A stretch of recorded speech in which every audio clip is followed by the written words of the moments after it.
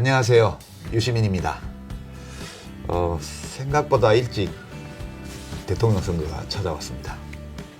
21대 대통령 선거인데요. 6월 3일이죠. 이제 확정이 됐습니다.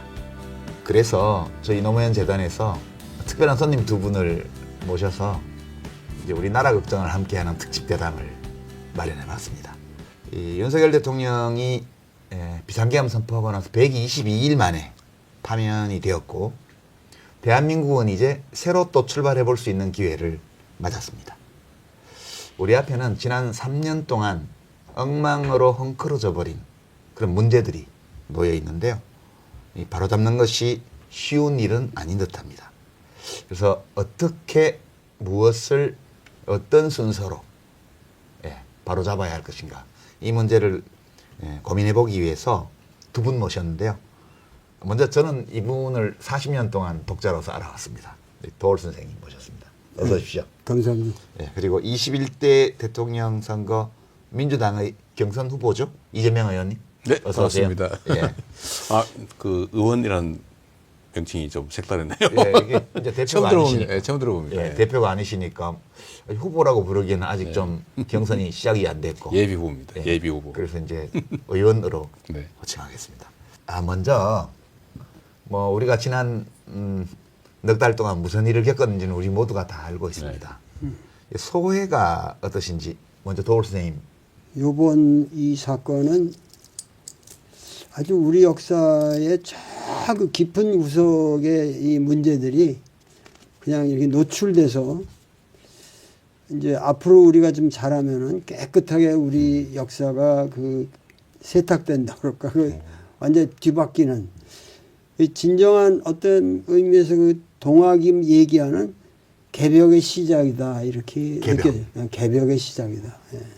사람의 이제 생각도 바뀌고 가치관도 바뀌고, 그렇게 되면 정말 우리나라가 자격 있는 1등 국가가 되지 않을까, 저는 그런 기대에 사로잡혀 있습니다. 저하고 많이 다르시네요. 저는 지금 막 가까웠는데 이재명 의원께서는 어떠신가요? 뭐 저도 사실은 매우 책임 있는 자리에서 이번 군사 쿠데타 내란 상황을 맞았고요. 이제는 일단은 이제 윤석열에 대한 파면, 그 결정난 상태에서 이제 대선이 치러지는데, 뭔가 아직 해결됐다기보다는 말씀하신 것처럼 정말로 이렇게 큰 뭐 책임감이랄까, 뭐 어깨를 뭐 짓누른다고 보통 하잖아요. 걱정, 사실 그런 게 많죠.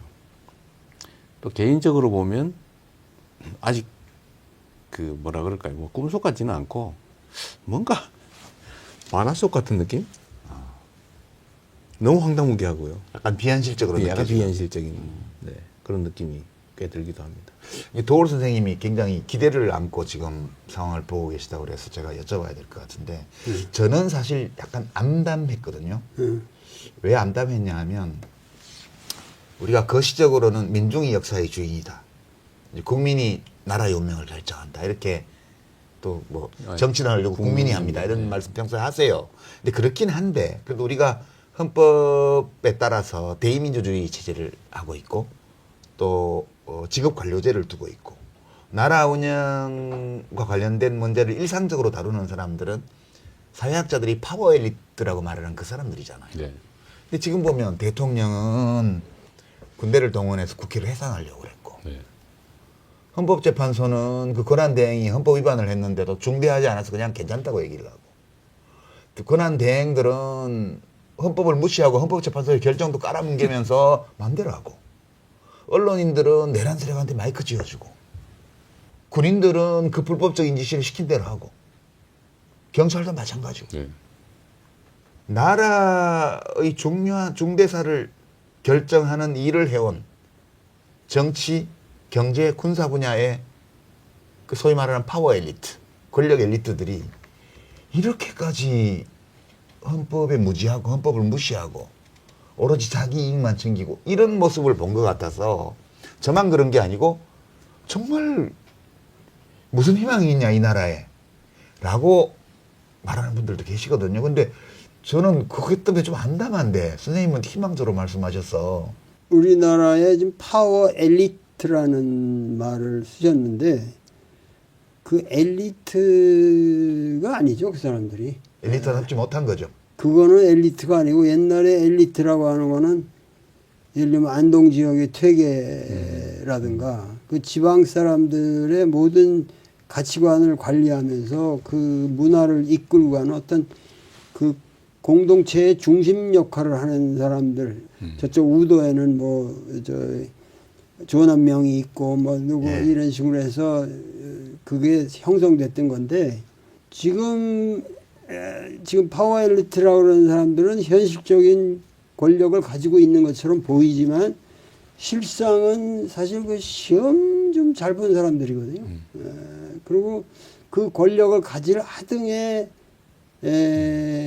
역사적 그 체험이나 그 자기들의 어떤 삶의 역정에서 그 자격이 없어요. 그러니까는 그들이 아무리 준동한다 해서 그 민중의 힘을 이겨낼 수는 없다. 우리 이제 동방사상에 철저하게 난 고전학자니까는 고전에 사로잡혀 있는 사람들은 내가 존재한다는 것 자체가 낙관을 가지지 않으면 존재 못하는 거거든요. 그래서 아주 낙관을 했습니다. 시종일관. 선생님은 약간 이 세상을 플라톤이 생각하는 그런 세상, 이데아를 가고 있어요. 예. 그런 세상이고 엘리트란 정말 이렇게 가치와 또는 품성, 역량을 가진 사람 이렇게 생각하는데 선생님의 분류에 의하면 이 무기를 든 무례배, 현실적 힘은 가졌지만 결코 통치할 자질이 없는 그러니까 권력을 가진 무례배들이. 무례배 그 정도라고 생각하시면 그 표현이 엘리트는 아니다. 뭐 그런 말씀이신 것 같아요. 그리고 공감이 가는 바가 있습니다. 민심의 파워를 결국은 그런 소수의 엘리트들의 장난으로는 그 이기지 못한다. 결국은 결국 진리가 승리한다라는 네. 그런 생각이 뭐 저 같은 사람한테는 확고하죠. 저는 사실 그 관련해서요. 지금의 이런 상황을 저는 이런 얘기를 많이 했어요. 건강한 신체에 감염이 된 거예요. 예를 들면 이 병균에 의해서. 근데 이 얼마나 많이 침습할 거냐, 얼마만큼 건강을 해친 상태에서 이겨낼 거냐. 물론 못 이겨낼 수도 있어요. 극단적인 경우는. 그럼 나라가 망하죠. 망하는 거죠. 근데 우리 사회가 과연 건강한 신체인데 병에 감염이 됐다. 열 나겠죠. 힘들고 고통스러운 과정을 겪을 텐데 저는 이겨낼 거라고 생각했죠. 얼마나 빨리, 얼마나 건강을 해치지 않고 정상을 회복할 수 있을까의 문제라고 생각했거든요. 근데 생각보다는 제가 생각했던 것보다는 우리 사회가 훨씬 건강했던 것 같습니다. 면역력이 강하다. 네, 면역력, 저항력이 생각했던 것보다는 강한 것 같아요. 저는 사실 이 초기에 예를 들면 이제 계엄이 있기 이전에 사실 상당히 비관적으로 봤거든요. 언젠가는 우리가 이 상황을 극복은 할 텐데 엄청나게 많은 희생을 치른 다음에야 이겨낼 수 있을 것이다라고 생각했는데 우리 윤석열 대통령이 제가 생각한 것 이상으로 더 과격한 반응을 보인 거죠. 그리고 그 과격한 반응에 대해서 우리 국민들이, 대중들이 신속하게, 강력하게, 그것도 품격 있게 대응을 해서 결국은 이겨냈잖아요. 근데 그 바로 그 국회로 가시면서 차 안에서 네. 방송하신 거 그게 결정타 같아요, 사실은. 근데 김혜경 여사가 훌쩍거린 거 맞아요? 옆에 훌쩍거리는 소리? 맞습니다. 저는 죽을지도 모르는 네. 상황이니까. 저는 몰랐는데 나중에 보니까. 영상 보고 그러니까, 하셨구나. 그러면 지금 말씀 듣다 보면 당연히 그 다음 질문이 떠오르는데 그러면 이 감염병을 이기고 나서 우리 몸은 어떤 상태로 가야 되는가? 네. 또다시 이런 병에 걸리지 않으려면 뭘 고쳐나갈 건가? 그렇죠. 이런 문제들이 바로 나옵니다. 그래서 그렇습니다. 그러면 결국 윤석열 대통령과 그 정권 담당자들이 했던 모든 행위들은 지금 우리 국민들이 요구하는 바와 달랐기 때문에 그렇죠. 예. 지금 파면된 거잖아요. 그리고 지금 낙관적으로 보신다는 것은 결국 국민이 원하는 것이 이루어지는 시대로 들어갈 거다. 이런 기대신데 결국은 우리나라 지금 어떤 모습으로 어디로 가야 된다고 생각하면서 좀 대선을 준비하고 계신지 좀 말씀해 주시면 좋겠어요. 너무 많은 것이 망가졌죠.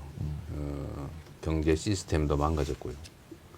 민주주의라고 하는 그런 기본적인 통치 시스템 또는 질서도 망가졌고, 세상에 법 질서의 최고 규범이라고 하는 헌법을 그걸 지켜야 될 공직자의 최고 책임 공직자가 대놓고 어길 뿐만 아니라 아예 파괴를 하고 있잖아요. 근데 여전히 이제 이 내란 사태는 계속 중인 거죠. 아직 병이 완전 나은 이제 게 아닌 거죠. 그러니까 표면에 있는 고름은 이제 제거됐는데 그 밑에 소위 옛날 말로 하면 해근이라고 하는 게 그냥 든든하게 버티고 있는 거죠, 아직까지. 근데 이걸 제거하는 과정인데 여전히 고통스럽죠. 그리고 재발 위험성도 매우 크고요.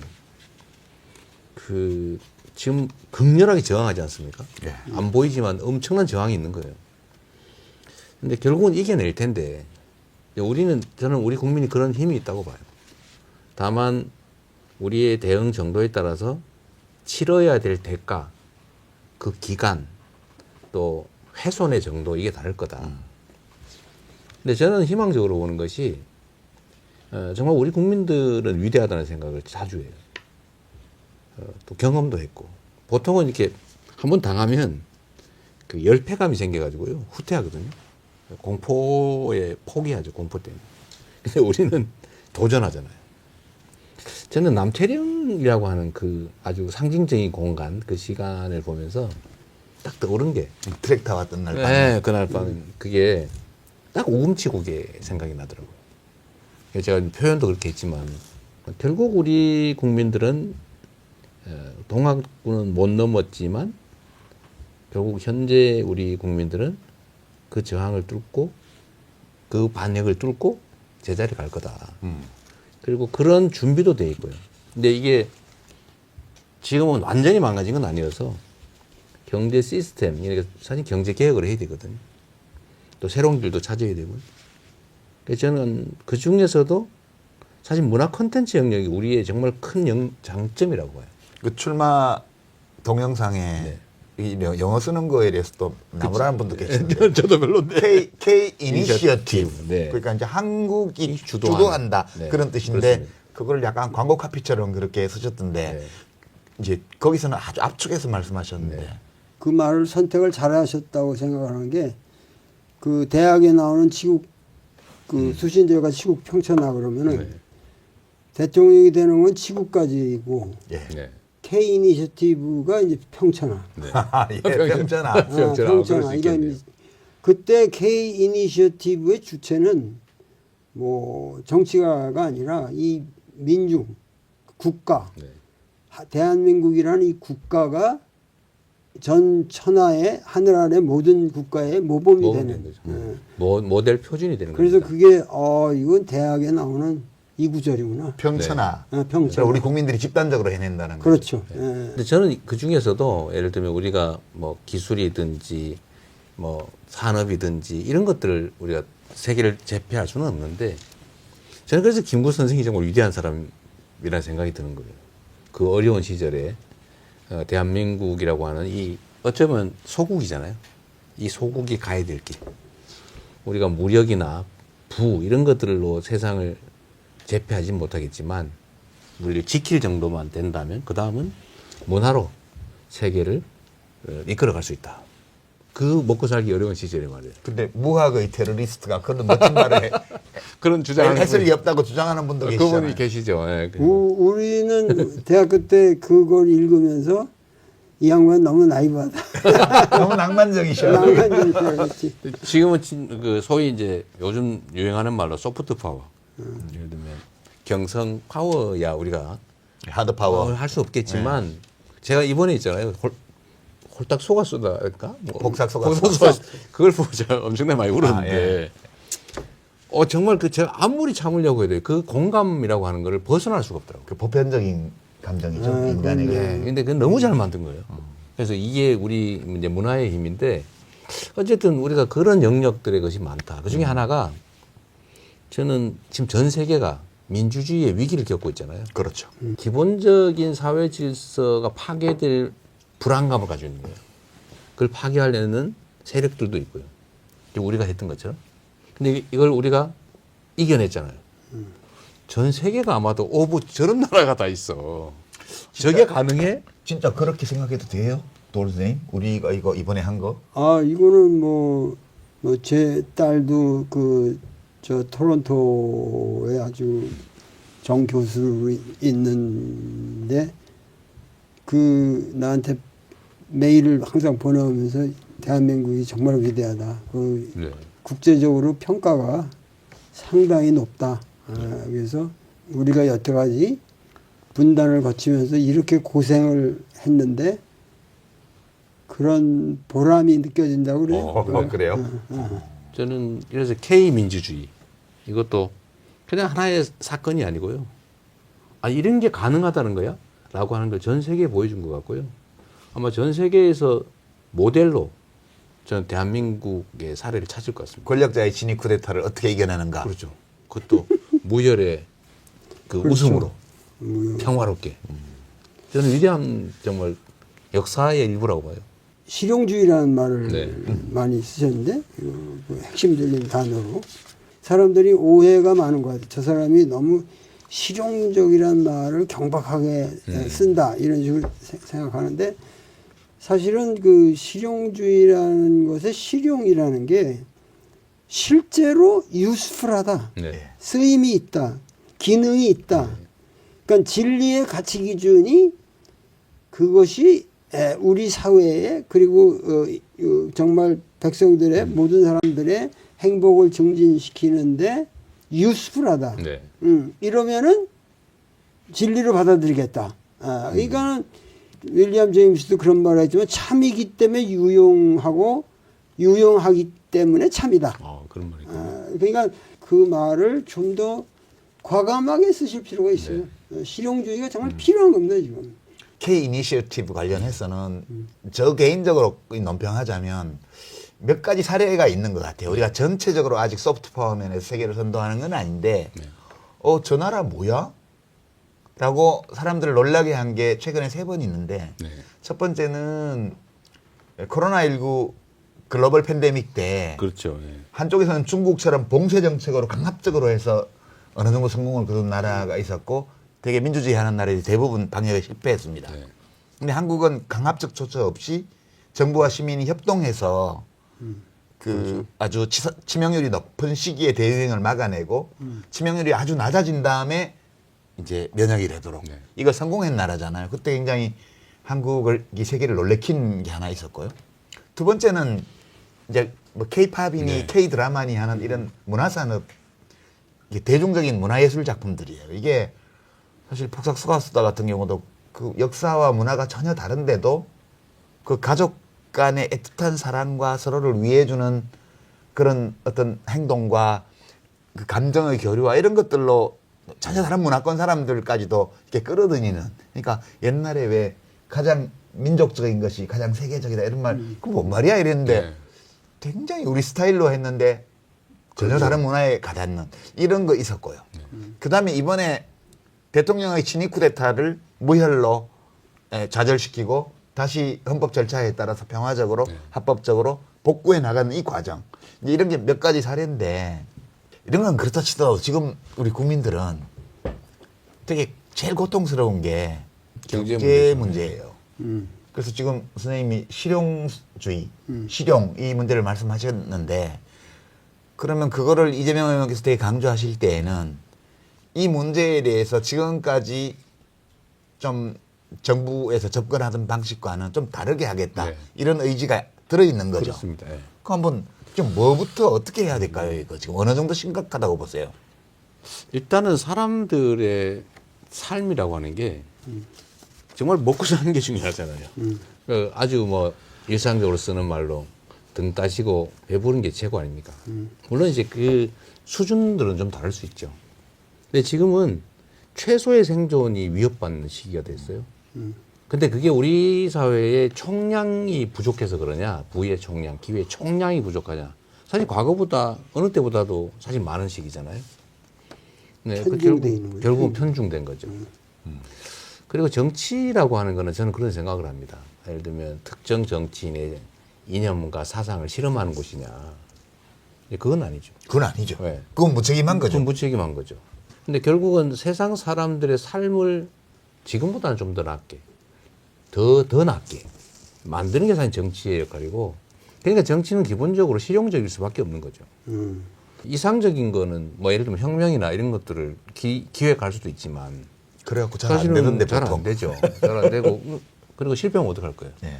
그래서 아주 안전하게 가장 효율적으로 가장 현실적으로 뭔가를 새롭게 만들어서 사람들의 삶을 개선하는 거, 그 사회 공동체의 미래를 만드는 거, 이게 정치니까 실용적이라 해야 되죠.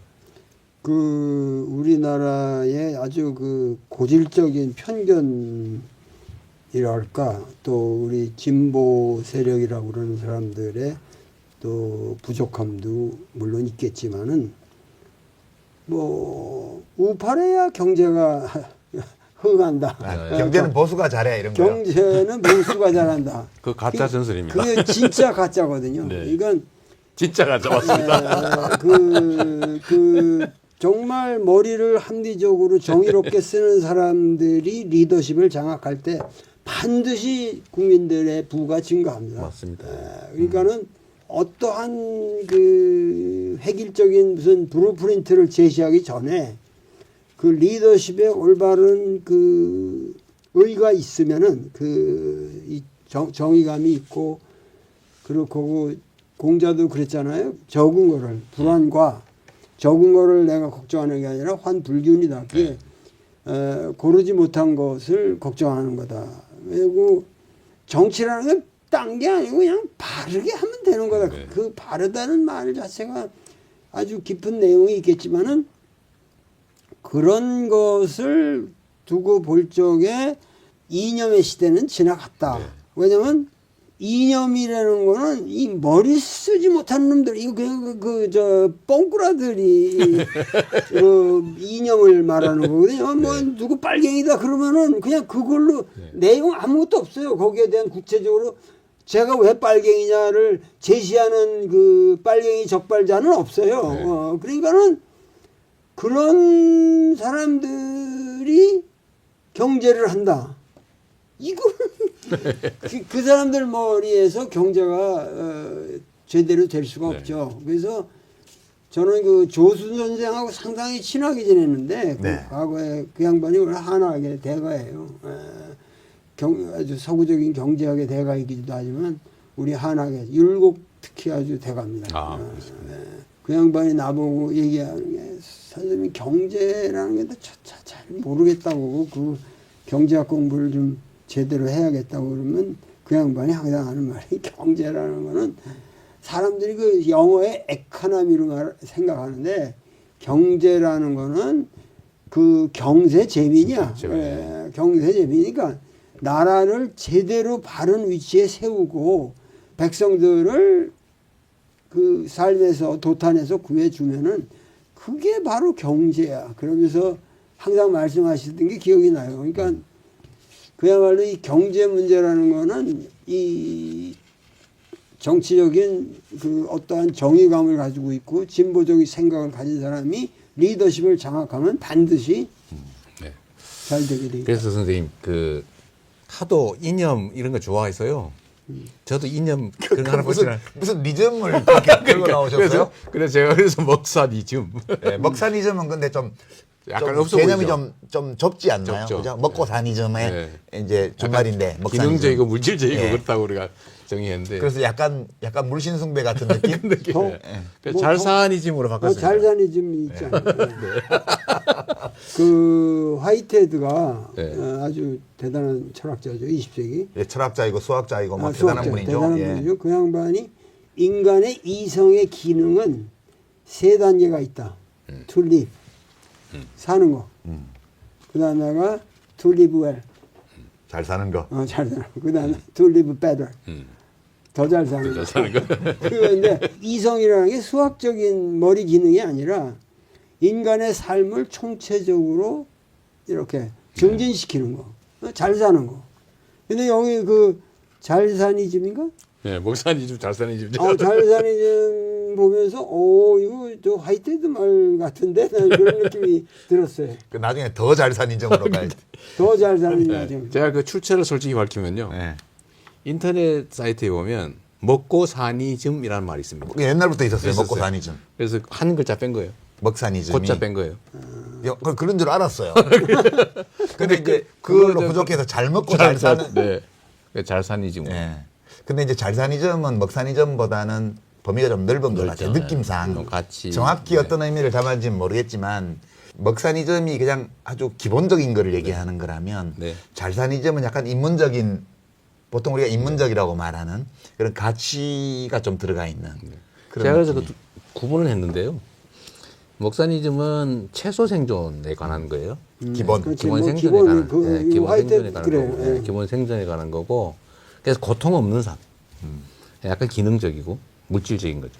근데 잘사니즘은 좀 단계를 높여서 가치와 정신이 중요하죠. 행복한 삶, 단계가 좀 높게. 자부심을 그건 느끼는 약간, 삶. 약간 물질적인 것보다는 정신적인 것으로 승화된 거라고 할 수 있죠. 자, 좋은 얘기인데 이제 구체적으로 한번 여쭤볼게요. 제가 진단하기로는 네. 지금 우리 경제가 나쁜 이유가 네.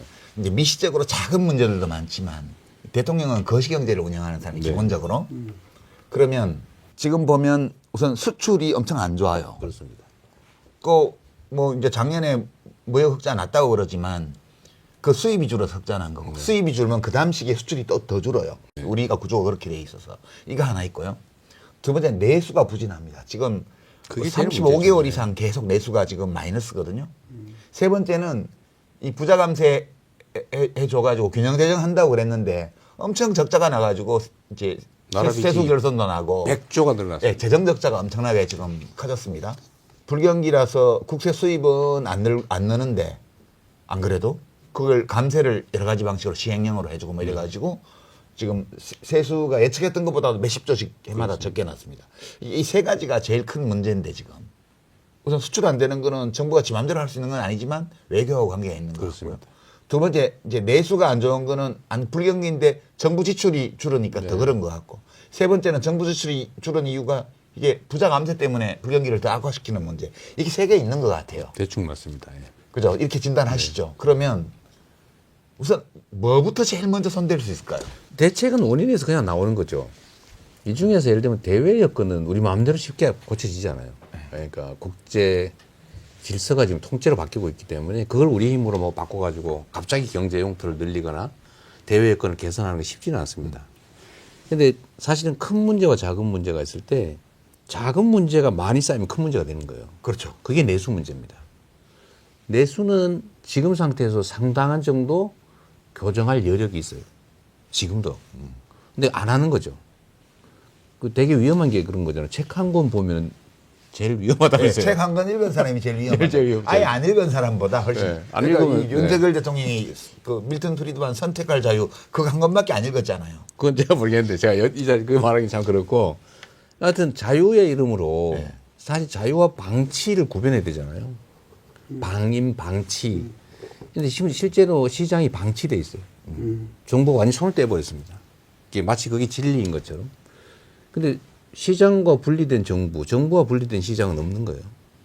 그래서 어쨌든 내수 문제는 지금 상당한 여력이 있어요. 그 해야 즉각적으로 할 수 있는 수단들이 있다는 거죠. 맞습니다. 그러니까 제일 먼저 그거부터 네, 하시겠다. 그거부터 해야죠. 그럼 지금 자영업이 지금 뭐 요식업부터 시작해가지고 국내 여행 관련 각종 그 업종들 이런 데가 다 지금 굉장히 힘들거든요. 사실 작년 12월 3일 이후부터 갑자기 엄청나게 소비가 줄어들었어요. 여력이 줄어든 것도 있는데 심리적으로. 너무 위축된 겁니다. 네, 일단 이걸 복원해야 되고요. 두 번째는 정부가 역할을 해야죠. 정부 역할은 원래 아주 기본적인 건데 이게 고등학교 교과서에 나온 얘기거든요. 사회교과서. 그렇죠. 가계, 기업, 정부. 예. 생산, 소비, 조정. 예. 이 역할이 있는데 조정을 하는 정부가 경기가 과열되면 살짝 눌러주고 경기가 침체되면 받쳐주고 부채질. 해야 되는 받쳐주고를 안 해요. 이게 지금 사실 성장률을 떨어뜨리고 있습니다. 정부가 손을 떼버리니까 정부 지출이 줄어든 데다가 사실 해야 될 역할을 안 해버리니까 잠재 성장률보다 성장률이 더 떨어지는 거예요. 그러니까 세수가 더 줄어요. 더 줄이니까 더 떨어져요. 이런 바보짓을 하고 있는 거죠. 근데 요거를 교정을 해줘도 상당 정도 개선될 겁니다. 예. 성남에서 뭐 이렇게 행정을 하시면서 그런 거를 많이 하셨잖아요. 예. 지금 자잘한 거 많이 했죠. 그 사이즈가 다르죠. 그렇죠. 예, 네. 중앙정부 운영한 성남시하고는 볼륨이 다르잖아요. 비슷합니다. 근데 결과는 예를 들어 성남에 그 골목 상권들이 다 망해가고 있었거든요. 보증금도 없고 뭐 권리금도 사라지고 뭐 시장에 뭐 예를 들어 금호시장 3분의 1이 막 비고 있었는데 사실 큰 돈은 안 들이고요. 그 재래시장들이 성남은 거의 다 살아났어요. 큰 돈 안 들이고. 예를 들면 지출을 조금 늘리는 정도 하고 교육하고 사람들의 심리를 개선하는 걸로 그 작은 동네에서 그렇게 하면서 정부는 성남시 빚도 다 갚고 하면서 그걸 했잖아요. 빚도 예. 갚고 그건 재정이 좋아져서 그런 측면도 있는데 이 사람들이 행복해하고 지출이 그 동네에서 좀 회전이 좀 되니까 작은 돈으로 성과가 나는 거죠. 그래서 저는 사실 우리 국민들께서 경제에 그러면 엄청나게 어려운 거라고 생각하는 경향이 있는데 매우 단순하게 보면요. 돈이 1억이 있는데 누가 그냥 움켜쥐고 있어요. 아무 소용없는 거죠. 근데 돈이 예를 들면 100만 원이 있는데 그게 동네에 막 돌아요. 그 100바퀴 돌면 100만 원이 1억이잖아요. 그게 경제거든요. 순환이죠, 경제는. 순환이죠. 근데 이 역할을 정부가 해줘야 되는데 지금 정부가 손을 떼가지고 이 순환 자체가 막혀 있어요. 점점 악화되고 있습니다. 쉽지는 않아요. 그러나 지금 예를 들면 국내의 내수 문제 어느 정도 개선의 여지가 있고요. 또 기업들이 국제 경쟁을 할 때 지금 혼자 외롭게 싸우고 있거든요. 정부가 지원을 해야죠. 받쳐줘야죠. 길도 열어주고. 그래서 이 외교의 역할이 매우 중요하죠. 그리고 몇 개 나라에 많이 집중되어 있는데 정부라고 하는 게 우리 국민들의 삶에 도움이 되냐. 제가 그 얘기도 했는데 대통령이 탄핵이 되니까요. 대북비라 대남 오물풍선이 사라졌어요. 아, 그거는 미국에서 오는 돈이 끊어져서 그렇다는 얘기죠. 아니 뭐 그것도 있겠지만 다른 방법도 있죠. 꼭 미국에 돈 없다고 돈 안 온다고 못 하겠어요. 어쨌든 이 지휘탑이 사라지니까 그게 없어졌어요. 그 악순환이 사라졌죠. 그 장기적인 경제 정책으로 가기 전에요. 네. 지금 스님 보시기에는 그 한중 관계 이게 지금 정상이 아니지 않나요? 이게 무역에도 굉장히 큰 영향을 지난 몇 년간 미쳐왔다고 저는 보는데. 도대체가 지금 우리가 한국이 중국과 척칠 아무런 이유가 없어요. 그리고 지금 협중이라고 하는 이거는 완전히 고의적으로 지배층에서 하여튼 그 지난 2, 3년 동안 만들어온 이건 뭐 말도 안 되는 건데 그것이 사실은 미국이 그 협중 그런 이 중국을 억압하는 그런 정책을 쓰면서 우리나라의 뉴라이트라는 사람들이 괜히 그냥 중국을 그렇게 대적시한 거예요. 근데 기업의 입장에서 중국이란 마켓이 없이 어떻게 삽니까? 그렇고 중국은 얼마든지 우리가 외교적으로 모든 면에서 그 충분히 동반자적으로 갈 수가 있고 그리고 세계 정세가 지금 미국이 트럼프가 저렇게 관세 저렇게 하니까 사실은 우리가 미국이 제일 두려워하는 게 한중일 경제 이 공동 대처라고 해요. 그것이 유럽연합보다 더 커진다고. 더 그러니까 우리가 지금 반일이다 뭐 친일 뭐 이런 그 지저분한 걸 떠나서 일본하고도 우리가 친하게 지내야 됩니다. 그리고 중국을 우리 품 안에 안고 그러면서 대등하게 외교적으로 이렇게 만들어 나가면은 미국도 그렇게 함부로 전 세계가 우리 때문에 구원을 얻는다. 그래가지고 우리를 지원하게 되죠. 그러니까 이런 거시적인 정책의 변화가 있어야지 기업만 가지고는 안 돼요. 이거 내가 왜 이런 얘기를 하냐면 내가 그 김우중 그 회장하고 여러 번 세계 여행을 좀 했잖아요.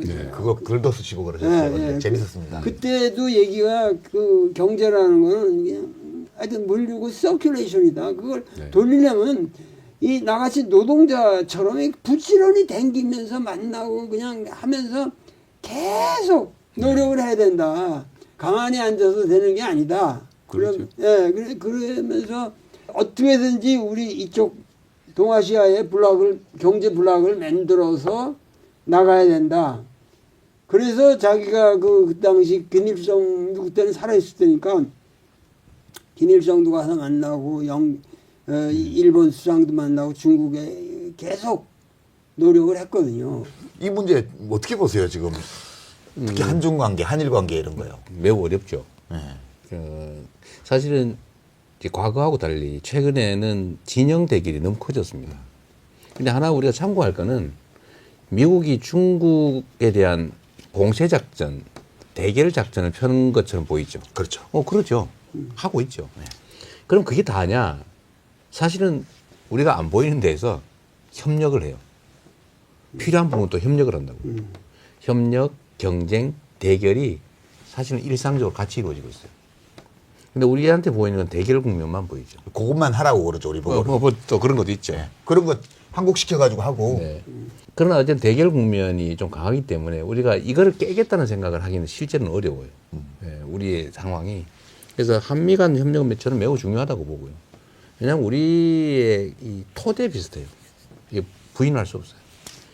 또 아까 말한 일본 관계도 저는 제가 사실은 매우 일본의 행태에 대해서 매우 비판적이긴 한데 거시적으로 봤을 때 협력해야 되는 거 맞아요.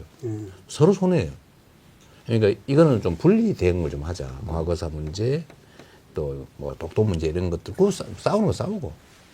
그러니까 경제적인 문제나 예를 들면 문화사회적 측면은 뭐 그것까지 그럴 필요 없잖아요. 원래 전쟁을 하면서도 오른손으로는 주먹질하면서도 왼손은 잡는 거 아니에요. 세상 일이라고 하는 그렇죠. 그것도 실용주의. 그것도 실용주의죠. 실용주의. 먹고 사는데 도움이 되니까요. 왜 뭐 쓸데없이 모든 걸 싸우는 데다 투여할 필요는 없어요. 그렇지. 척질 필요 없어. 그런데 중국이나 러시아 관계 문제는 그렇다고 해서 여기를 다 버릴 수는 없죠. 버릴 수가 없어요. 그렇죠. 버리려고 해도 안 버려져요. 아직 붙어 있는데 어떡할 거예요. 우리가 경제적인 연관성이 너무 크고 지리적으로 물리적으로 떨어질 수가 없어요. 운명이에요, 운명. 그래서 이거를 그러니까 한미 관계, 한미 동맹을 존중하고 한미 협력 관계를 제대로 구축하면서도 러시아, 중국과의 관계는 잘 관리해야 된다. 그러니까 이렇게 얘기할 수밖에 없고 실제로 그 사이에 많은 것들이 있을 수 있죠. 근데 지금 상황은 많은 전문가들 얘기로는 미국이 소련이 강대할 때는 네. 강대한 국가로 존속하고 있을 때는 소련을 이제 지정학적 라이벌로 네. 규정을 하고 소련을 고립시키기 위해서 중국을 활용을 했다는 거예요. 근데 미중 관계가 그때부터 이제 닉슨 급속도로 때부터 시작해서 좋아졌죠. 급속도로 좋아져서 쭉 잘 오다가 중국 경제가 굉장히 발전을 하고 그리고 소련은 해체되고 그러면서 중국 GDP 규모가 총액이 미국의 약 70%에 다가서고 이렇게 되면서 미국이 중국을 새로운 지정학적 라이벌로 지목했다는 거예요. 한 10여 년 전부터. 근데 그게 오바마 때부터인데 트럼프 1기 때부터 본격화됐다는 거예요. 바이든도 그걸 이어갔고 지금 트럼프 2기 와서도 마찬가지고. 그래서 중국을 지정학적 라이벌로 규정을 하고 이것을 봉쇄하는 노선을 쓰면서 아시아 태평양 쪽을 그 봉쇄선으로 조직하고 그러면서 한일 관계를 붙이려고 그러고 그다음에 중국에 대한 혐오를 조장하고 스님 아까 말씀하셨습니다. 그런 눈에 안 보이는 작업들을 하고 그거에 호응하면서 윤석열 정권이 우리 내부에서는 협중 정서를 조장하고 그리고 이제 외교 노선에서는 반중 노선으로 가고 이렇게 되면서 한중 무역 관계가 파탄 상태로 들어가면서 우리 경제에 외부 충격이 왔다. 이런 분석이 많거든요. 그러면 이 압력은 계속될 텐데 그러면 이재명 의원께서 국정 운영을 맡게 된다면 이 문제에 관해서는 이런 지정학적인 대결 이거 속에서도 어떻게 우리의 국익을 지켜가느냐. 그렇죠. 일단 되게 어려운 과제가 될 것 같은데. 근데 되게 이건 답이 있어요. 있어요? 왜냐하면 사실 보신 것처럼 일단 중국하고 우리의 이 관계 문제는 사실 중국의 책임도 상당히 있습니다. 사실 중국하고 우리 관계가 정말 좋을 때가 있었어요. 이 한반도에서 한국과 중국의 관계가 정말 거의 밀월처럼 느껴지는 한 20년 전쯤 중국이 한국을 볼 때 새로운 모범이야. 정말 뭐라 그럴까요? 이 한국의 문화가 중국을 거의 그렇죠. 지배라고 하는 좀 그렇고 상당히 영향을 미치는 그 시기였었는데 지금은 매우 적대적으로 변했죠. 근데 그 계기 중에 하나가 사실은 중국의 안 보이는 경제 제재였어요. 예. 국민들이 이걸 느낀 거예요. 그래서 이게 사실은 하나의 큰 요인이 됐죠. 어쨌든 그 문제에 대해서는 중국의 좀 책임도 없다고 할 수 없고, 어쨌든 이게 지금의 그 한중 그 갈등의 한 큰 원인이 된 거기도 해요. 근데 어쨌든 여기에 대해서는 해결책을 좀 찾아야 될 텐데, 근데 이 동아시아 그 세력 관계의 문제는 지금 이제 말씀하신 것처럼 소위 외교사에서는 1강 국가가 2강 국가를 언제나 견제를 하는데, 그렇죠. 2강 국가를 견제하는 방법은 3강하고 손잡는 거예요. 언제나 그랬어요. 그 우리 몸값이 올라갈 수 있는 거 아니에요, 이거? 그러니까 바로 그거죠.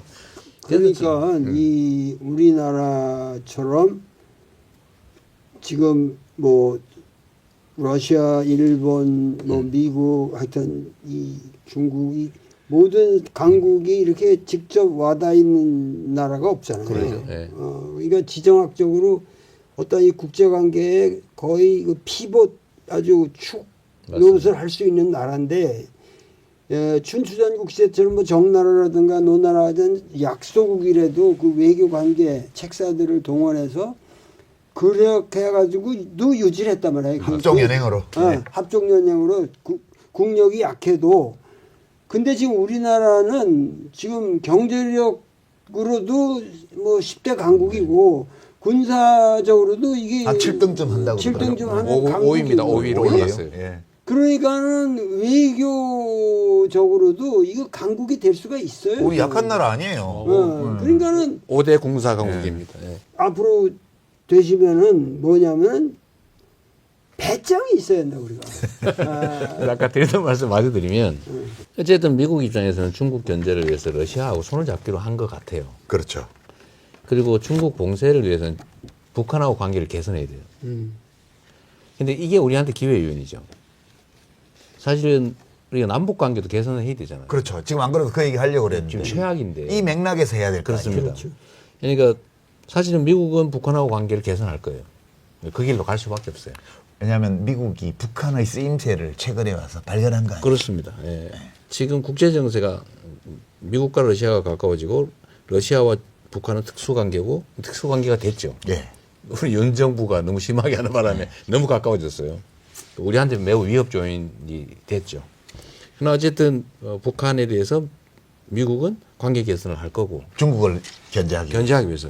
그러니까 우리는 북한하고 미국 관계 개선될 때 우리가 제3도 입장에서 멀리 떨어져 있으면 이거 큰일 날 수가 있어요. 예. 그러니까 미국하고도 이 문제에 대해서 서로 윈윈 할 수 있죠. 지금 트럼프는 북한의 쓸모가 있다고 보고 지금 하는 그렇습니다. 거지. 예. 그 어떤 전문가는 무슨 노벨 평화상 얘기하는 건 헛소리라고 그러더라고요. 그런 거 아니라고. 트럼프는 노벨 평화상 상금을 한 1억 불쯤 주면 관심을 가질 거라고. 돈이 관심이 있기 때문에. 그러니까 미국의 대통령으로서 미국의 장기적인 군사 전략적인 이익을 위해서 움직이는 걸로 봐야 된다. 그렇습니다. 그 맥락에서 보면 중국을 지정학적 라이벌로 설정을 하면 북한이 쓸모가 있는 존재가 된 거라고. 그렇습니다. 예. 그러니까 남북 관계도 개선의 기회가 올 거고. 그렇죠. 특히 이제 최근에 그 미국에서 그 파나마 운하, 예. 파나마 운하 뺏어오겠다고. 또 하나 더 있어요. 그린란드를 네. 군사적으로 점령해버릴 수가 있으니까 미국으로 넘어와라. 아니면 팔아라. 예. 근데 그 이유가 뭐겠어요? 사실은 북극 항로 때문입니다. 온난화 때문에 네. 북극 항로가 열리는데 이거는 수에즈 운하, 파나마 운하를 다 피할 수 있잖아요. 엄청나게 가까운 거리로 항로가 열리는데 여기에 대한 주도권을 누가 갖냐. 사실은 이 문제도 사실 걸려 있어요. 그러니까 이거는 정말 외교 역량이 정말로 중요한 상황이 됐고 우리한테 기회죠. 예를 들면 이제 해양 경쟁이 벌어졌는데 그 중국하고 사이에. 그렇습니다. 중국 봉쇄를 위해서는 엄청난 전함들이 필요한데 미국이 배를 못 만들어요. 그래서 조선업이 다 망했더라고요. 미국은 조선업을 할 수가 없는 상태예요. 근데 우리가 세계 최강이에요. 그러니까 이것도 또 하나의 요인이죠. 북극 항로 문제, 그래서 트럼프 쪽에서 해군 얘기를 하는 거예요. 해군 얘기하는 겁니다. 그러니까 이것도 사실은 잘 관리를 해야죠. 그래서 우리한테는 기회가 많이 열려 있어요. 다만 잘 관리한다면 아니면 다 뺏기는 거죠. 이제 좀 예민한 문제로 들어가 볼게요. 지난 몇 년 동안 정말 우리 이재명 의원께서 죽을 고비를 진짜 여러 차례 넘겼어요. 그러니까 정치적으로 죽을 고비가 아니고 진짜 물리적으로 죽을 물리적으로 맞습니다. 물리적 법률적으로 네. 죽을 고비를 제가 보기엔 미니멈 4차례를 넘기고 지금 여기 와 계신데, 그런데 지금은 이제 선거법 때문에 이제 대선을 해야 되니까 플랜카드에 이름을 쓰고 욕하는 걸 못한다고 그러더라고요. 네, 네. 얼마 전까지만 해도 전국에 예, 대한민국의 공적 제1호는 이재명이다. 이재명은 무슨 일이 있어도 안 된다. 이런 플랜카드를 막 엄청 전국에 발랐어요. 네. 왜 이렇게 무서워한다고 생각하세요? 저는 사실 이해가 좀 안 돼요. 그게 아마도 그냥 일반적으로 보면 사람은 자기가 아는 만큼 인식하게 돼 있잖아요. 예. 자기가 아는 만큼 말하게 되는데 본인들은 첫째 엄청나게 이재명을 스스로 괴롭혔다고 생각하는 것 같아요. 자기들이 스스로. 두 번째 이렇게 나서면 반드시 보복을 한다가 그들의 생각인 것 같아요. 그러니까 절대로 하면 안 되는 것 같아요. 근데 저는 사실은 그 얘기 하기 전에 네. 이제 어떻게 하겠다는 말씀하시기 전에 네. 도울 선생님 이거 어떻게 보세요? 저 가해자들이 저렇게 계속 악을 쓰는 이거를 어떻게 해석해야 됩니까? 그렇게 바라보는 사람들의 이 정치관 그리고 세계관 자체가 그 인간관. 그러니까 이재명이라는 사람은 성장 배경이나 모든 뭐 이런 것에서 볼 적에 대통령이 될 수 없는 클래스에 속하는 사람. 하면 안 원래 돼요. 소속이 소속이 그러니까는 전태일이 대통령이 된다는 그거랑 비슷하다고 보는 거예요? 그런 식으로 느끼고 있는 거야. 그래서 내 생각으로는 전태일이 되면 그건 좋은 건데. 저도 좋은데. 그런데 그들에게서는 어떻게 전태일 같은 놈이 그것에 내가 대통령을 모시냐? 뭐 이런, 네. 이런 식으로 되는 거죠. 그러니까 똑같은 생각을 가지고 있는 거예요. 근데 이 우리 한국 신학으로서 민중신학이라는 걸 주창하신 안병무 선생이 예수라는 거는 갈릴리에 일어난 하나의 사건이지 예수가 누구냐 이거 실제 따질 수 없다. 역사적인 예수. 근데 그 사건은 역사의 지평 어디서나 일어날 수 있는 사건이다. 그러면서 전태일을 예수 사건이라고 했거든요. 그런 유형의 사건들이 수없이 있었다는 거죠. 있었지. 인류 역사에. 인류 역사에 그런 사건인데 그 사건 예수 사건이 우리나라에 많다. 그러면서 전태일이야말로 이 예수다 이랬거든요. 우리의 민중은 예수가 될 만큼 위대하다. 그러면서 안병무 선생님이요? 안병무 그렇게 겸손하신 분이 그렇게 고약한 말씀을 하셨고. 그러니까는 그야말로 그런 사람에게는 이재명이가 대통령 된다는 게 예수 사건이에요. 예수 사건만큼 네. 저놈이 이제 앞으로 십자가를 질지 모르지만 예수 사건처럼 느끼는 거야. 나는 네. 어떻게 이재명이가 예수가 되냐 이런 공포가 있는 거야. 저는 왜 저렇게까지 반응하는지 정말 잘 이해가 안 돼요. 왜 저러는 거예요? 우리 모르게 못된 일을 혹시 많이 하셨어요? 저는 인생사에서요. 네. 누가 저를 괴롭혔다고 보복한 일이 한 번도 없어요. 제가 성남시장 할 때도 경기도지사 할 때도 누구를 해코지 해가지고 내쫓은 일이 한 번도 없어요. 그래서 하도 이해가 안 되니까 네. 특히 앞장서는 게 권성동 의원이에요. 네. 권성동 지금 원내대표 아니에요, 그죠? 그렇습니다. 권성동 원내대표가 뭐 입만 열면 이재명이 대통령 되면 뭐 피바람 불 거라고 복수의 칼을 휘둘러서 막 그러는데 또 한편에서는 그 어둠의 민주당은 아니냐 뭐 그 열혈 중앙 의혈중앙 중앙대학교 그 학생회 그게 의혈중앙이래요. 의회 죽고 참여사자. 네, 그래서 누군가가 최근에 이렇게 그 11분짜리 그 출마 영상을 이렇게 보고 있는 권성동 의원의 뒷모습을 사진을 찍은 게 있는데 이제 이재명의 출마 선언을 보고 있는 의혈중앙.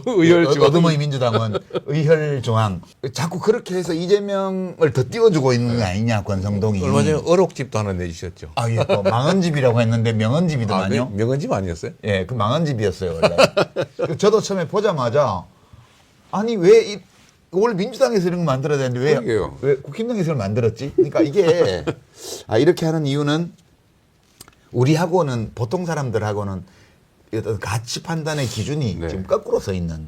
망언집이라고 만들었는데 저도 읽어봤거든요. 네. 뭐 내가 나쁜 말 한 건 아닌데. 아니 이렇게 훌륭한 말씀을 많이 하셨단 말이야. 사람들이 네. 놀래더라고. 근데 그 제가 한번 TV 토론 나가서 홍준표 대구시장한테 그 얘기 한 적이 있거든요. 네. 제가 앞에 전제를 붙였어요. 이렇게 하면 안 된다는 거 저도 아는데요.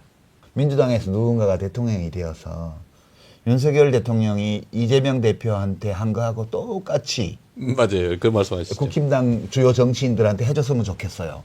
다 틀어가지고 수도 없이 기소하고 일주일에 3번, 4번 법정에 나오게 만들고 그러고 저 사람 사법 냈을 거 있어. 이렇게 말해주고 싶어요. 라고 말을 했더니 네. 그 홍준표 시장이 그 시장님이 그래야만 민주당 지금 뭐 해요? 이러더라고요. 그래서 그거 어떻게 하실 거예요 그러면? 아니 일각에서는 확 해야 돼라는 사람도 있어요. 일단은요. 그 실용적인 입장에서 보면 그거 사실은 그 뒤지로 쫓아다니는 그 에너지로 딴 거야 돼요. 힘들어요 그거. 그 정말 피곤해요. 그리고 괴로워요. 사람을 괴롭히는 게 즐거운 사람도 있는데 저는 거기에 에너지 쓰는 게 너무 아까워요. 이 짧은 5년 주어진 시간이 얼마나 귀한 시간이에요. 근데 그거를 누구를 옛날에 너무 멋졌지. 그래가지고 그걸 쫓아다니면서 뭘 한다고 하는 게 얼마나 낭비입니까? 그래서 저는 그게 즐겁지 않아요. 근데 그런 말씀 안 하셨어요? 뭐든지. 그동안에 이런 말씀이요. 매기를 해도 안 믿고 안 믿어요? 분명히 거짓말일 거다 이런 생각하니까요. 그래서 제가 예를 한번 들어줬어요. 내가 성남시장 된 다음에 나를 괴롭히거나 또는 뭔가 문제를 일으키던 사람들 내가 다 내쫓지 않고 교정해서 다 썼다. 근데 경기도지사 하면서 산하기관장 뭐 강제로 뭐 어떻게 내쫓은 거 있냐? 없다. 다 데리고 성과 내게 했다. 그래서 인정받는데 난 한 번도 그런 일이 없고 그럴 마음도 없는데 끊임없이 이재명은 분명히 그럴 거야. 그래서 제가 결론은 그거죠. 아, 부처님 눈에는 부처만 보인다. 그까지만 하셔야 돼요. 그러니까 그까지 봐야 돼. 뭐는 안 하셔도 돼요.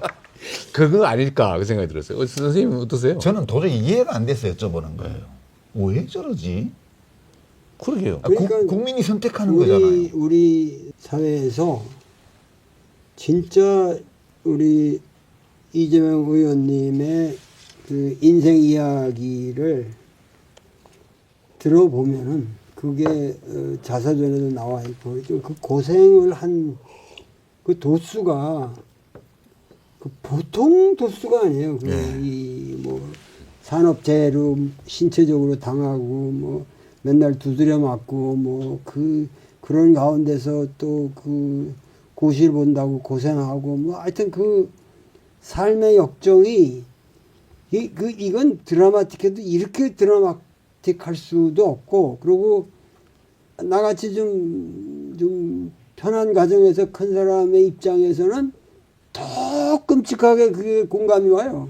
상상이 잘 안 되죠. 그렇게 그 살았다는 게. 이렇게 더 괴롭고 그게 얼마나 이게 한 인간으로 밖에 어려운 거냐. 근데 그런 사람이 그런 체험을 해본 사람이 이 나라의 리더가 돼 봐야 이 정치라는 게 번지수를 찾는다고 지금. 맞습니다. 그러니까 그 나쁜 놈들도 여태까지 계속 해먹었는데 해방을 여태까지 이 우리 사회의 제일 밑바닥에서 고생한 이 사람한테 기회를 주는 건 아니 그 기회를 내가 억지로 주자는 것도 아니고 그냥 프로세스에 따라서 가는 건데 왜 거기에 대해서 그 헛소리들을 하냐 말이야. 어? 난 이거는 하나의 사상가로서 양심 있는 학자로서 그건 정말 국민들한테 외치고 싶어요. 너희들 이러지 말아라. 그거밖에 없지. 그건 뭘 왜 그러냐 그 원인을 분석할 거야 뭘까 하는데 이거는 정말 내가 보기에는 이거는 사건입니다. 되시면은 그리고 아무리 잘못돼도 그 어렸을 때부터 축적되어 온 그 체험에서 우러나오는 정의감이 결국 우리 사회에 큰 보탬이 됩니다. 그러니까 이 결국 중요한 게요. 사실 저도 저 자신에 대해서 의문을 가질 때가 있거든요.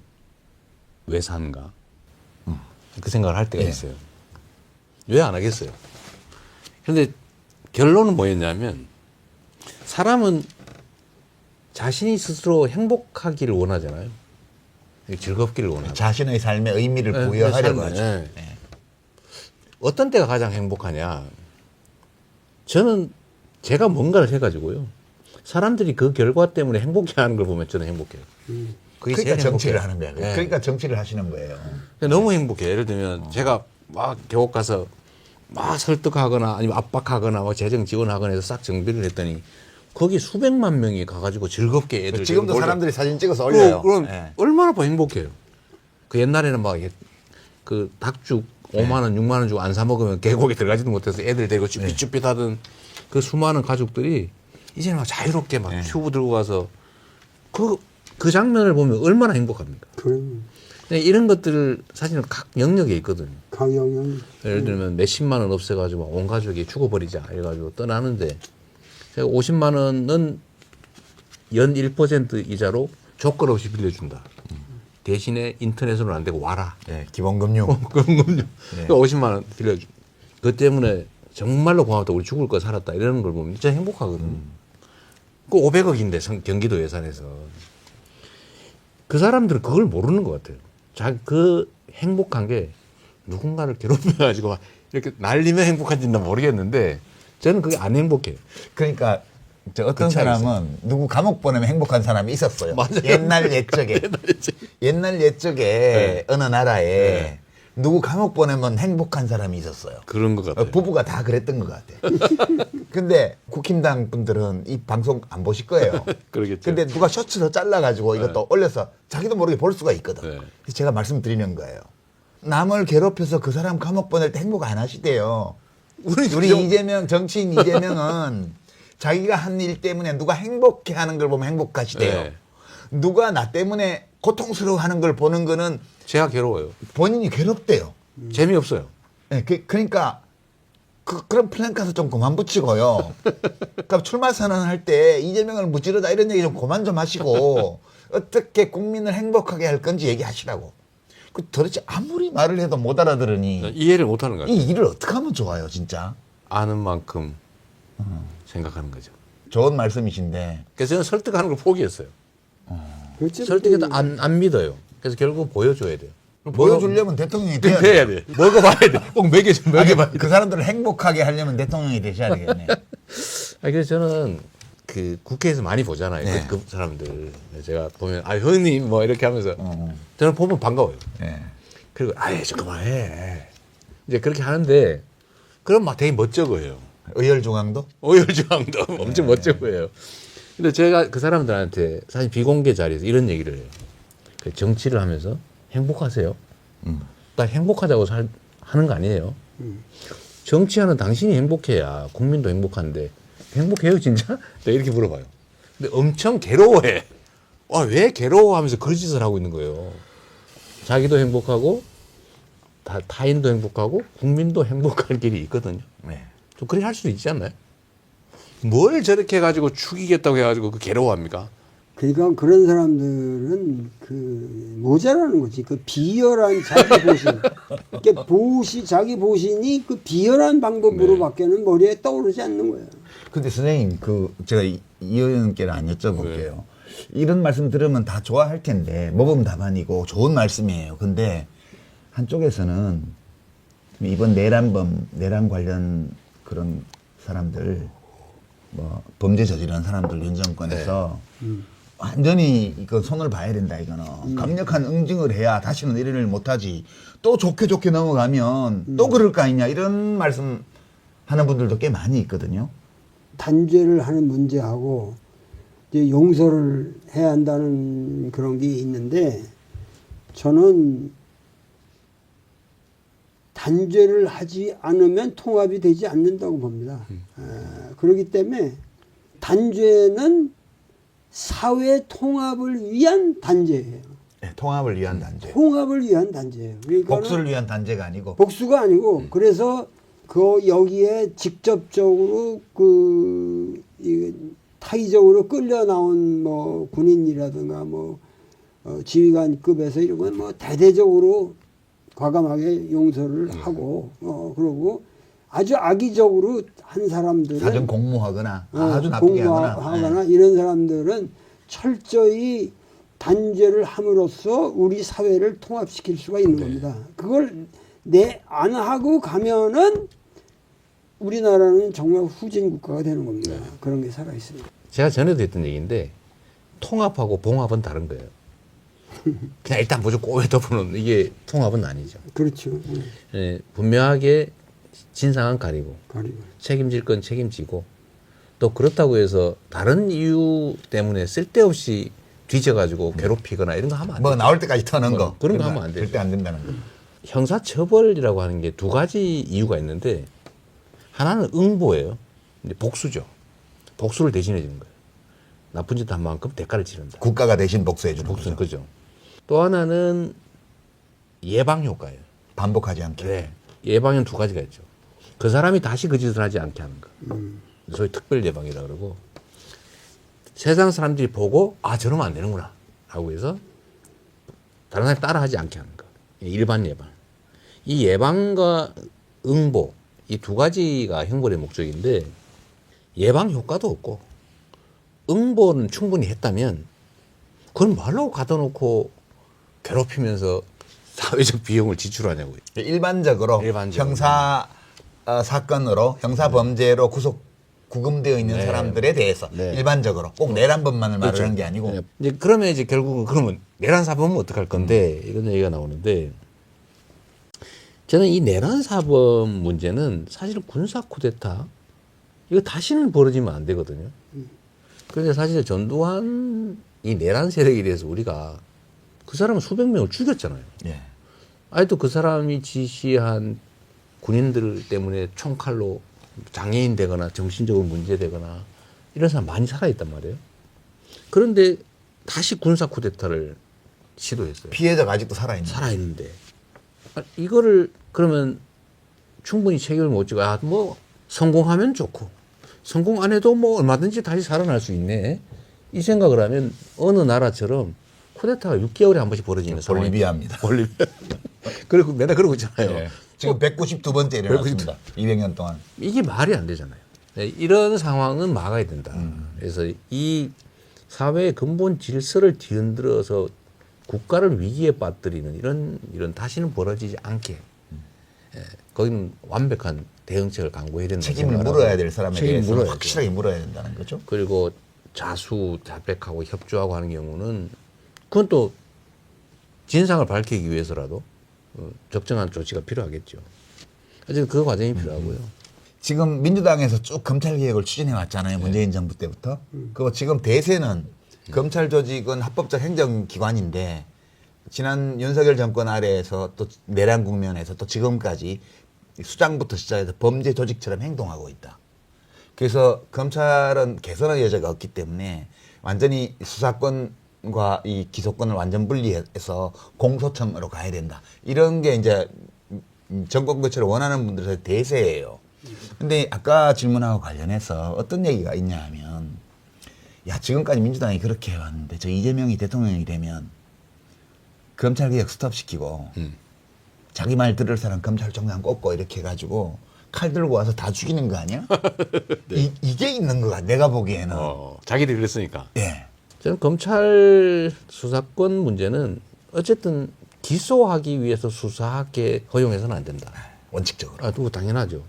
수사와 기소를 분리를 해야 돼요. 그게 법무부 안에 있든 어디에 있든 수사 담당 기관, 기소 공소유지 담당 기관은 분리하는 게 맞습니다.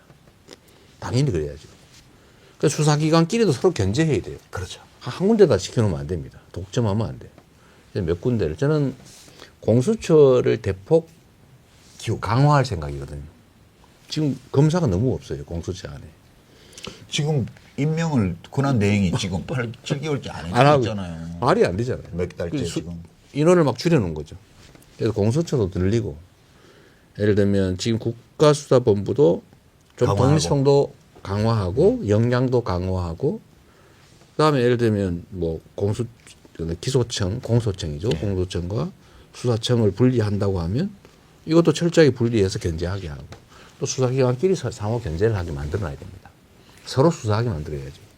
권력이 뭉쳐 있으면 국민이 피해자가 반드시 남용됩니다. 예. 권력의 본성이 그렇죠. 권력은 견제하게 만듭니다. 그 말은 검찰 개혁을 스톱시킨 다음에 검찰 수뇌부에 말잘들을 칼제비들을 꽂아가지고 네. 야당을 도륙한다. 이런 그럼 거는 우리도 뭐 아는 거예요. 그러니까요. 자기들이 그렇게 해놓으니까. 예. 제가 이 얘기도 하나 좀 드리고 싶은데 사람은 이기적인 존재라서요. 공정한 가해가 불가능합니다. 예를 들면 내가 한 대 맞잖아요. 한 대를 때리면 됐어. 안 됩니다. 2대는 때려야지. 최소한 2대를 때려야 돼. 그러니까 2대 맞은 사람은 내가 합당하게 했으니까 2대 뭐 적절하네. 안 끝나요. 다음에 4대를 패. 네, 아니면 한 대 빼고 한 대에 대해서 이 끊임없이 에스컬레이트 됩니다. 사람이란 그런 존재죠. 근데 이걸 적정선에서 정지해야 됩니다. 정지를 안 하면 그게 권력이 해야 되는 일이에요. 통합이 그래서 공동체 책임자의 최고의 책임인 이유입니다. 선생님 이 말씀에 동의하세요? 저는 오히려 그런 문제에 대해서 사실은 상당히 보수적인 생각을 가졌었는데 뭐냐면은 좀 사회를 좀 정화하려면은 검찰 세력을 약화시키지 말고 지금 여기에서 좀 과감하게 더 바르게. 그러니까 정의로운 세력이 진정한 그 권력을 휘두를 수 있는 정치적 단계도 필요하다 그랬는데 지금 말씀하신 대로 그러면 여러 가지 또 부작용이 생기고 그것이 계속 반복이 될 거기 때문에 지금 말씀하시는 대로 기소권과 수사권을 분리시켜서 어떻게든지 검찰의 위상을 좀 살려주면서도 제약하는 그러한 현명한 정책이 나오면 좋겠습니다. 예. 그러니까 당장 칼질을 하면 감정적으로 시원할지 모르지만 그렇게 해놓고 나면 자기가 또 불안해져요. 그죠? 치러야 할 대가가 너무 커요. 네. 사회적으로. 그보다 더 급한 게 많아요, 문제는. 국민의힘 지지자 여러분, 국민의힘 의원 여러분, 지금 말씀 들으셨죠? 안 해요, 귀하들처럼. 그러니까 절대 걱정하시지 말고요. 좀 검찰 개혁은 수사 기소권의 완전 분리로 갑니다. 검사 여러분들도 그렇게 마음의 준비를 하셔야 돼요. 지금 하는 뻘짓들 좀 그만하시고요. 예, 자 그렇게 하고 이제 시간이 다 돼가기 때문에 벌써요? 그럼요, 마무리해야 될 때가 다 왔습니다. 이제 사실 대통령을 중간에 파면하는 거는 좋은 일은 아니죠. 맞습니다. 근데 이걸 8년 사이에 우리가 2번이나 했습니다. 그러니까 어쩔 수 없이 한 거예요. 안타까운 예, 일이죠. 다시는 이런 일이 있으면 안 될 텐데요. 국민도 힘들어요. 맞습니다. 국민도 힘들어요. 너무 많은 걸 잃어요. 예. 그 사이. 우리 에너지를 우리들 각자가 좀 더 행복해지는 쪽으로 서로 써야 되는데 서로 참을 수 없게 만들기 때문에 서로 다투는 쪽으로 에너지를 쓰고 있으니까 네. 모두가 지금 힘들거든요. 그래서 이거를 벗어나야 되는데 나는 그런 힘든 게 대한민국은 민주공화국이다. 예. 민주라는 말이 우리가 주인이라고 그런다면은 이게 숙명이다. 네. 그러니까 이 민주국가, 이 아름다운 민주국가에서 세계적으로 자랑스러운 이 민주국가에서 산다는 것 자체가 이게 3D 업종이에요. 맨날 나가서 대모해야 되고. 공짜는 없어요. 네, 없어요. 그죠? 공짜 없어요. 예, 제대로 된 민주주의 국가에 살려면 민주공화국에 살려면 대가를 치러야 돼요. 네, 일을 좀 해야 됩니다. 예. 중용에 그런 말이 있거든. 그 도야자 불가수율이야. 도라는 거는 일순간도 너에게서 떠날 수 없는 거다. 네. 주인 노릇은 떠날 수가 없어요. 그게. 그러니까 떠날 수 있다면 가리 비도야. 그랬더니 그게 떠날 수 있다면 그건 도가 아니다. 네. 사서 삼경에 좋은 말이 다 있네요. 다 있어요. 다 있어요. 근데 이번에 그 어쨌든 응원봉을 들고 정말 좀 아름답더라고요. 네. 미안하지만 이뻐요. 예, 미안하지만 아름답더라고요. 근데 그렇게 얘기했대요. 그 유럽의 그 소위 프랑스 이런 데서 왔던 사람들이 이 시위 장면을 보고 아니 왜 시위를 밤에 해? 시위는 낮에 파업하면서 하는 거야. 출근 안 하고. 출근 안 하고 하는 거지. 왜 퇴근 후에 하냐고. 그런 지적을 하는 사람이 있었대요. 우리는 있겠죠. 퇴근해서 한다 그랬더니 아니 그거 왜 퇴근해서 해? 그렇게 그러니까 우리는 그런데 퇴근해서 하잖아요. 심지어 밤새잖아요. 네. 그러니까 엄청난 에너지를 발휘한 거예요. 근데 이 에너지 때문에 그 퇴근해서는 시위하지 않는 그 나라가 하지 못한 걸 우리는 하는 거죠. 그러니까 웰빙 해가지고는 민주주의도 하기 힘들어요. 빡세요, 민주주의 하려면. 자, 이제 마지막으로요. 우리 도울 선생님 오늘 말씀 쭉 들으셨는데 대한민국의 시민으로서, 지식인으로서, 학자로서, 철학자로서 이제 중요한 어떤 일에 나서야 되는 그런 시기에 와 있는 이재명 의원께 좀 해주시고 싶은 말씀 있으시면 해주시죠. 지금 많은 사람들이 뭐 개헌도 얘기하고 자꾸만 그 정치 모델을 뭐 유럽의 뭐 내각제라든가 여러 가지 그 운운하면서 이 바보 같은 소리들을 하는데 결국은 지금 우리가 당면한 문제는 뭐 헌법 조문에 있는 게 아니라 사람에게 있는 거예요. 맞습니다. 그걸 실천하는 과정에서 정말 정의를 구현하고 평등을 구현하고 그래야 되는데 결국은 지금 당면한 문제는 우리가 정말 국민이 사랑하는 그 지도자로서 하여튼 바른 리더십을 한 번도 우리가 이 역사에서 해보질 못했어요. 얼마나 우리가 이 핍박을 받고 이 민중이 고통을 받으면서 오늘까지 왔고 해방 후에도 계속 이렇게 왔는데 국민들이 존경하고 사랑하는 그런 리더십을 네. 이 재임 기간 동안에 만드시면은 그게 아마 단군이 말한 홍익 인간의 네. 실천이 될 것이고 제세리와의 어떤 합리적인 사회를 만드는 그러한 계기가 될 거라고 네. 믿습니다. 예. 그래야죠. 이제 끝으로 그 인사 말씀 하시기 전에 우리 도울 선생님 오늘 말씀하시면서 뭐 대학, 중령, 뭐 공작 다 나왔습니다. 근데 제가 들으면서 깜짝깜짝 놀라는 게 그 옛날 쓴 책에 지금 갖다 쓸 수 있는 말이 그렇게 많다는 게 도울 선생님 책을 보다 보면 되게 놀래거든요, 제가. 최근에도 책 내신 게 이제 상식이라는 최근 상황에 대해서 소회를 쓰신 책도 있고요. 또 이제 옛날 분이시긴 한데 만해 한용운 선생에 대한 책도 2권짜리 내셨어요. 그러니까 요새 나오는 시사 비평 유튜브만 보시지 말고요. 이 옛날 분들에 대해서 옛날 어떤 지식을 가지고 오늘의 일을 조명하는 이런 책들을 읽어보시면 의외로 깜짝 놀랄만한 재미난 얘기가 많습니다. 네. 이 시청자 여러분 참고하시고요. 이제 끝으로 우리 이재명 의원께서 이제 좀 힘든 일을 앞둔 그런 시점에서 우리 국민들께 네. 제가 이 말씀은 꼭 드리고 싶습니다. 네. 이런 거 있으실 것 같아서요. 네. 부탁드립니다. 저는 이제 공직이라고 하는 거를 이제 10몇 년 이렇게 하고 있는데 이 공직자들이 어떻게 하느냐에 따라서 그 나라 운명이 결정된다는 생각을 계속 하게 돼요. 그리고 이 공직자들의 한 일, 공무라고 하는 게 정말 하자면 끝이 없이 많아요. 그래서 제가 안 합니다. 그러니까 무한대로 많아요.